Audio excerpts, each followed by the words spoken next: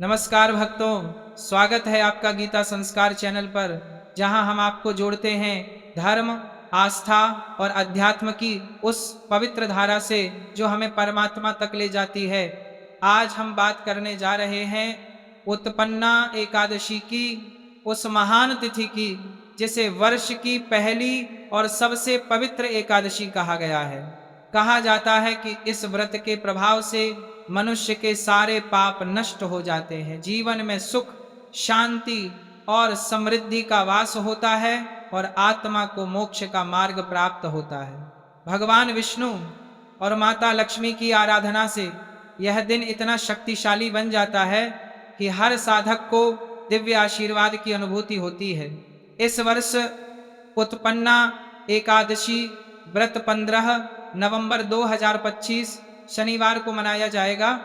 इस दिन मार्गशीर्ष मास के कृष्ण पक्ष की एकादशी तिथि रहेगी, जो देर रात 12:49 से आरंभ होकर 16 नवंबर की रात 2:37 तक रहेगी। पूजा का सर्वश्रेष्ठ समय रहेगा अभिजीत मुहूर्त प्रातः 11:44 से 12:27 तक। तो आइए भक्तों, मिलकर जानते हैं इस व्रत का महत्व, पूजा विधि और उत्पन्ना एकादशी की पावन कथा, जो जीवन में न केवल पुण्य लाती है बल्कि ईश्वर से आत्मिक जुड़ाव का अनुभव भी कराती है। सूत जी कहने लगे, हे ऋषियों, इस व्रत का वृत्तांत और उत्पत्ति प्राचीन काल में भगवान कृष्ण ने अपने परम भक्त युधिष्ठिर से कही थी, वही मैं तुमसे कहता हूं। एक समय युधिष्ठिर ने भगवान से पूछा था कि एकादशी व्रत किस विधि से किया जाता है और उसका क्या फल प्राप्त होता है। उपवास के दिन जो क्रिया की जाती है, आप कृपा करके मुझसे कहिए। यह वचन सुनकर श्री कृष्ण कहने लगे, हे युधिष्ठिर, मैं तुमसे एकादशी के व्रत का महात्म्य कहता हूं। सुनो, सर्वप्रथम हेमंत छतु में मार्गशीर्ष कृष्ण एकादशी से इस व्रत को प्रारंभ किया जाता है। दशमी को सायंकाल भोजन के बाद अच्छी प्रकार से दातुन करें, ताकि अन्न का अंश मुंह में रह न जाए। रात्रि को भोजन कदापि न करें, न अधिक बोलें। एकादशी के दिन प्रातः 4 बजे उठकर सबसे पहले व्रत का संकल्प करें। इसके पश्चात शौच आदि से निवृत्त होकर शुद्ध जल से स्नान करें। व्रत करने वाला चोर, पाखंडी, परस्त्रीगामी, निंदक, मिथ्याभाषी तथा किसी भी प्रकार के पापी से बात न करें। स्नान के पश्चात धूप, दीप, नैवेद्य आदि 16 चीजों से भगवान का पूजन करें और रात को दीपदान करें। रात्रि में सोना या प्रसंग नहीं करना चाहिए। सारी रात भजन कीर्तन आदि करना चाहिए। जो कुछ पहले जाने अनजाने में पाप हो गए हों, उनकी क्षमा मांगनी चाहिए। धर्मात्मा पुरुषों को कृष्ण और शुक्ल दोनों पक्षों की एकादशियों को समान समझना चाहिए। जो मनुष्य ऊपर लिखी विधि के अनुसार एकादशी का व्रत करते हैं, उन्हें शंखोद्धार तीर्थ में स्नान करके भगवान के दर्शन करने से जो फल प्राप्त होता है, वह एकादशी व्रत के 16वें भाग के भी समान नहीं है। व्यतिपात के दिन दान देने का 1,00,000 गुना फल होता है। संक्रांति से 4,00,000 गुना तथा सूर्य चंद्र ग्रहण में स्नान दान से जो पुण्य प्राप्त होता है, वही पुण्य एकादशी के दिन व्रत करने से मिलता है। अश्वमेध यज्ञ करने से 100 गुना तथा 1,00,000 तपस्वियों को 60 वर्ष तक भोजन कराने से 10 गुना, 10 ब्राह्मणों अथवा 100 ब्रह्मचारियों को भोजन कराने से 1000 गुना पुण्य भूमि दान करने से होता है। उससे 1000 गुना पुण्य कन्यादान से प्राप्त होता है। इससे भी 10 गुना पुण्य विद्यादान करने से होता है। विद्यादान से 10 गुना पुण्य भूखे को भोजन कराने से होता है। अन्नदान के समान इस संसार में कोई ऐसा कार्य नहीं जिससे देवता और पितर दोनों तृप्त होते हों, परंतु एकादशी के व्रत का पुण्य सबसे अधिक होता है। 1000 यज्ञों से भी अधिक इसका फल होता है। इस व्रत का प्रभाव देवताओं को भी दुर्लभ है। रात्रि को भोजन करने वाले को उपवास का आधा फल मिलता है और दिन में एक बार भोजन करने वाले को भी आधा ही फल प्राप्त होता है। जबकि निर्जल व्रत रखने वाले का माहात्म्य तो देवता भी वर्णन नहीं कर सकते। युधिष्ठिर कहने लगे कि हे भगवान, आपने हजारों यज्ञ और लाख गोदान को भी एकादशी व्रत के बराबर नहीं बताया, सो यह तिथि सब तिथियों से उत्तम कैसे हुई, बताइए। भगवान कहने लगे, हे युधिष्ठिर, सतयुग में मुर नाम का दैत्य उत्पन्न हुआ। वह बड़ा बलवान और भयानक था। उस प्रचंड दैत्य ने इंद्र, आदित्य, वसु, वायु, अग्नि आदि सभी देवताओं को पराजित करके भगा दिया। तब इंद्र सहित सभी देवताओं ने भयभीत होकर भगवान शिव से सारा वृत्तांत कहा और बोले, हे कैलाशपति, मूर दैत्य से भयभीत होकर सब देवता मृत्युलोक में फिर रहे हैं। तब भगवान शिव ने कहा, हे देवताओं, तीनों लोकों के स्वामी, भक्तों के दुखों का नाश करने वाले भगवान विष्णु की शरण में जाओ, वे ही तुम्हारे दुखों को दूर कर सकते हैं। शिवजी के ऐसे वचन सुनकर सभी देवता क्षीर सागर में पहुंचे। वहां भगवान को शयन करते देख हाथ जोड़कर उनकी स्तुति करने लगे। हे देवताओं द्वारा स्तुति करने योग्य प्रभो, आपको बारंबार नमस्कार है। देवताओं की रक्षा करने वाले मधुसूदन, आपको नमस्कार है। आप हमारी रक्षा करें। दैत्यों से भयभीत होकर हम सब आपकी शरण में आए हैं। आप इस संसार के कर्ता, माता पिता, उत्पत्ति और पालन करता और संहार करने वाले हैं। सबको शांति प्रदान करने वाले हैं। आकाश और पाताल भी आप ही हैं। सबके पितामह ब्रह्मा, सूर्य, चंद्र, अग्नि, सामग्री, होम, आहुति, मंत्र, तंत्र, जप, यजमान, यज्ञ, कर्म, कर्ता, भोक्ता भी आप ही हैं। आप सर्वव्यापक हैं। आपके सिवा तीनों लोकों में चर तथा अचर कुछ भी नहीं है।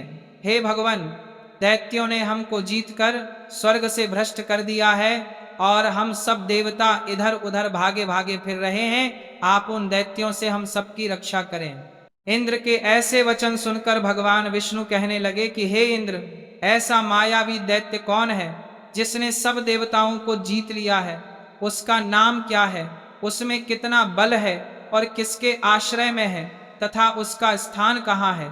यह सब मुझसे कहो। भगवान कैसे वचन सुनकर इंद्र बोले, भगवान, प्राचीन समय में एक नाड़ीजंघ नामक राक्षस था। उसके महापराक्रमी और लोक विख्यात मुर नाम का एक पुत्र हुआ। उसकी चंद्रावती नाम की नगरी है। उसी ने सब देवताओं को स्वर्ग से निकालकर वहां अपना अधिकार जमा लिया है। उसने इंद्र, अग्नि, वरुण, यम, वायु, ईश, चंद्रमा, नैत आदि सबके स्थान पर अधिकार कर लिया है। सूर्य बनकर स्वयं ही प्रकाश करता है, स्वयं ही मेघ बन बैठा है और सबसे अजेय है। हे असुर निकंदन, उस दुष्ट को मारकर देवताओं को अजेय बनाइए। यह वचन सुनकर भगवान ने कहा, हे देवताओं, मैं शीघ्र ही उसका संहार करूंगा। तुम चंद्रावती नगरी जाओ। इस प्रकार कहकर भगवान सहित सभी देवताओं ने चंद्रावती नगरी की ओर प्रस्थान किया। उस समय दैत्य मुर सेना सहित युद्ध भूमि में गरज रहा था। उसकी भयानक गर्जना सुनकर सभी देवता भय के मारे चारों दिशाओं में भागने लगे। जब स्वयं भगवान रणभूमि में आए तो दैत्य उन पर भी अस्त्र शस्त्र आयुध लेकर दौड़े। भगवान ने उन्हें सर्प के समान अपने बाणों से उन्हें बींध डाला। बहुत से दैत्य मारे गए। केवल मुर बचा रहा। वह अविचल भाव से भगवान के साथ युद्ध करता रहा। भगवान जो भी तीक्ष्ण बाण चलाते वह उसके लिए पुष्प सिद्ध होता। उसका शरीर छिन्न भिन्न हो गया, किंतु वह लगातार युद्ध करता रहा। दोनों के बीच मल्ल युद्ध भी हुआ। 10,000 वर्ष तक उनका युद्ध चलता रहा, किंतु मुर नहीं हारा। थककर भगवान बद्रिकाश्रम चले गए। वहां हेमवती नामक सुंदर गुफा थी। उसमें विश्राम करने के लिए भगवान उसके अंदर प्रवेश कर गए। यह गुफा 12 योजन लंबी थी और उसका एक ही द्वार था। विष्णु भगवान वहां योग निद्रा की गोद में सो गए। मुर भी पीछे पीछे आ गया और भगवान को सोया देखकर मारने को उद्यत हुआ। तभी भगवान के शरीर से उज्ज्वल कांतिमय रूप वाली देवी प्रकट हुई। देवी ने राक्षस मुर को ललकारा, युद्ध किया और उसे तत्काल मौत के घाट उतार दिया। श्री हरि जब योग निद्रा की गोद से उठे तो सब बातों को जानकर उस देवी से कहा कि आपका जन्म एकादशी के दिन हुआ है, अत आप उत्पन्ना एकादशी के नाम से पूजित होंगी। आपके भक्त वही होंगे जो मेरे भक्त हैं। इस एकादशी का व्रत किस प्रकार करना चाहिए, इस विषय में भगवान ने कहा है कि दशमी के दिन सिर्फ दिन के वक्त सात्विक आहार करना चाहिए और संध्या काल में दातुन करके पवित्र होना चाहिए। रात्रि के समय भोजन नहीं करना चाहिए और भगवान के स्वरूप का स्मरण करते हुए सोना चाहिए। सुबह स्नान करके संकल्प करना चाहिए और निर्जला व्रत रखना चाहिए। दिन में भगवान विष्णु की पूजा करनी चाहिए। पूजा में धूप दीप एवं नाना प्रकार से सामग्रियों से विष्णु को प्रसन्न करना चाहिए। कलुषित विचार को त्याग कर सात्विक भाव धारण करना चाहिए। रात्रि के समय श्री हरि के नाम से दीपदान करना चाहिए और आरती एवं भजन गाते हुए जागरण करना चाहिए। भगवान कहते हैं, जो व्यक्ति इस प्रकार उत्पन्ना एकादशी का व्रत करता है उसे हजारों यज्ञों के बराबर पुण्य प्राप्त होता है। जो भिन्न भिन्न धर्म कर्म से पुण्य प्राप्त होता है उन सबसे कई गुना अधिक पुण्य इस एकादशी का व्रत निष्ठा पूर्वक करने से प्राप्त होता है।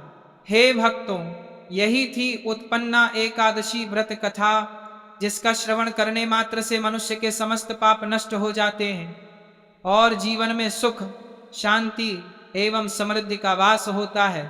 जिस प्रकार देवी उत्पन्ना ने स्वयं भगवान विष्णु की शक्ति बनकर दैत्यमुर का संहार किया, उसी प्रकार जो साधक सच्चे मन से इस व्रत का पालन करता है उसके भीतर के तमोगुण, पाप और भय का भी अंत हो जाता है। भगवान श्री हरि विष्णु स्वयं कहते हैं कि जो भक्त उत्पन्ना एकादशी के दिन उपवास, पूजा और रात्रि जागरण करता है उसे हजारों यज्ञों, लाखों दानों और अनगिनत तपों से भी अधिक पुण्य प्राप्त होता है।